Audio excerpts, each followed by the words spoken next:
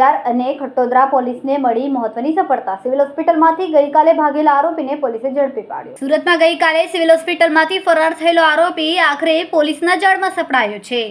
આરોપી શુભમ ઉર્ફ ડોન જે પોક્સો ગુનામાં ઝડપાયો હતો ત્યારે સારવાર માટે સિવિલ હોસ્પિટલ લાવવામાં આવ્યો હતો, પરંતુ તે તબક્કે પોલીસને ચકમો આપીને ફરાર થઈ ગયો હતો। આ બનાવના પગલે શહેર પોલીસ તંત્ર સતર્ક બન્યું। સતત તપાસ બાદ સિંગણપુર વિસ્તારેથી આરોપીને ઝડપી પાડવામાં આવ્યો। આ કામગીરીમાં ચોક બજાર પોલીસ અને ખટોદરા પોલીસને સફળતા મળી। હાલ આરોપીને વધુ પૂછપરછ માટે ખટોદરા પોલીસે કસ્ટડીમાં લીધો છે।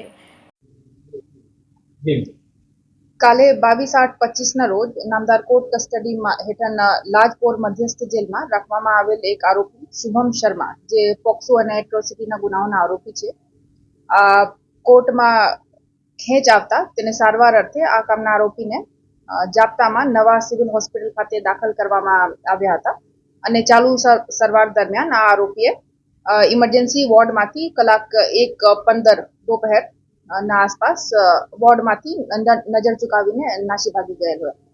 તો આ બાબતની જાણ થતાં જ ખટોદરા પોલીસ સ્ટેશનમાં ભારતીય ન્યાય સંહિતાની કલમ 262 ની અંદર તરત જ ગુના દાખલ કરવામાં આવ્યા અને Khatodara police, crime branch, SOG અને ચોક બજારની પોલીસો આ બધા લોકોએ અલગ અલગ ટીમ બનાવી સીસીટીવી તપાસ કરતા અને બધી ટેકનિકલ રીતે તપાસ કરતા આ આરોપીને આજ સિંગપોર 4 રસ્તા ખાતેથી ફરીથી ધરપકડ કરવામાં આવ્યા છે અને પરત જેલમાં મૂકવાની કાર્યવાહી અત્યારે ચાલુ છે।